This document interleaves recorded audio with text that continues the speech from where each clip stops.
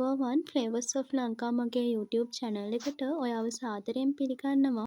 channel එක subscribe කරගෙනම video එක බලන්න එකතු වෙන්න. අද මම ඔයාලට කියලා දෙන්න යන්නේ වතුර චුට්ටක්වත් එකතු කරන්නේ නැතුව සමපෝෂ එකක් ගොඩාක් රසට හදාගන්නේ කොහොමද කියලා.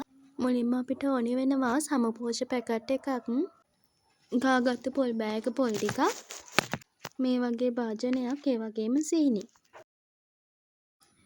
ඔයා අරගත්තු භාජනයට මේ විදිහට පොල් ටික එකතු කරගන්න. සීනි මේස හැන්දි දෙකක් පොල් එකටම එකතු කරගෙන රස අනුව ලුණු ටිකකුත් පොල් එකට එකතු කරගන්න. මේ ටික ඔක්කොම එකතු කරලා විනාඩියක් විතර අනා ගන්න. මේ විදිහට විනාඩියක් විතර අනාගත්තාම පොල් වල තියෙන කිරි ගතිය නිසා අපිට වතුර චුට්ටක්වත් සමපෝෂයකට එකතු කරන්න ඕනේ නැහැ. මේ ටික අනා ගන්න ගමන් මම ඔයාලට මතක් කරන්නම් වීඩියෝ එක හොඳයි නම් ලයික් එකක් වගේම කමෙන්ට් එකකුත් දාගෙනම යන්න. අපි අනාගත්තු පොල් මිශ්‍රණයට මේ විදිහට සමපෝෂ ටිකක් එකතු කරනවා.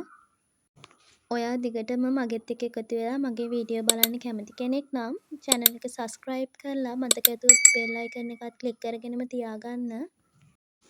පිටි ටික එකතු කරගෙන අපි පිටි ටික හොඳට මේ විදිහට අතින් කවලම් කරගන්න ඕනි. හොඳට පිටි ටික මේ වගේ අනාගෙන අපිට පුළුවන් සම්පෝෂ ගුලි ටික හදාගන්න. මේ විදිහට පොල් බෑවක පොල් ටිකක් එකතු කරගෙන හොඳට අනාගත්තයින් පස්සේ අපිට වතුර චුට්ටක්වත් අපේ සමපෝෂක හදාගන්න එකතු කරන්න ඕනි නැහැ. හැමදාම වතුර චුට්ටක් හරි එකතු කරලා සමපෝෂ හදනවාට පුළුවන් මේ විදිහට සමපෝෂ හදලා බලන්න. ඉතින් මම මේ විදිහට මගේ සමපෝෂ ගුලි ටික සේරම හදාගත්තා.